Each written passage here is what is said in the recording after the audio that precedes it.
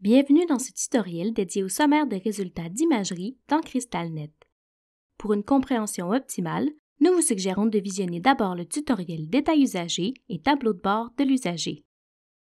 Dans ce tutoriel, vous apprendrez à utiliser les filtres et les options de tri spécifiques au sommaire des résultats d'imagerie, consulter les résultats d'imagerie dans CrystalNet et consulter le journal de la requête. Dans l'onglet Imagerie du détail usager, vous verrez s'afficher les différents filtres possibles ainsi que le tableau sommaire des résultats d'imagerie. Toutes les requêtes du tableau sommaire des résultats d'imagerie s'affichent au fur et à mesure que l'utilisateur fait défiler le tableau.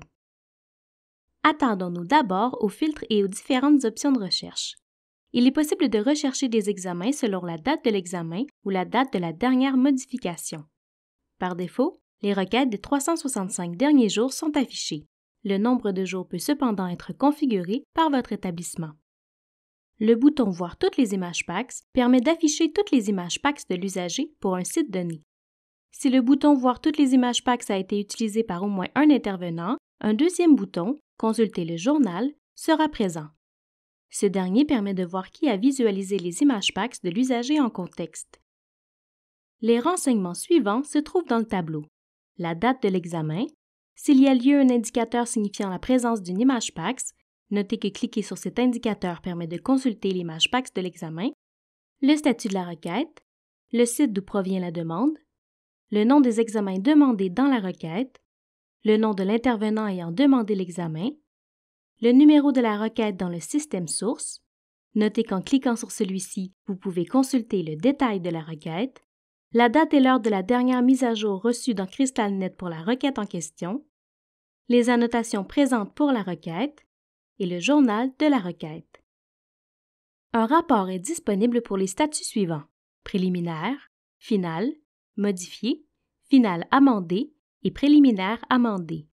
Les examens dont le statut est examen complété, à planifier, planifié, en cours, en transmission ou dicté ne présentent pas de bouton dans la colonne Statut rapport car aucun rapport n'est disponible.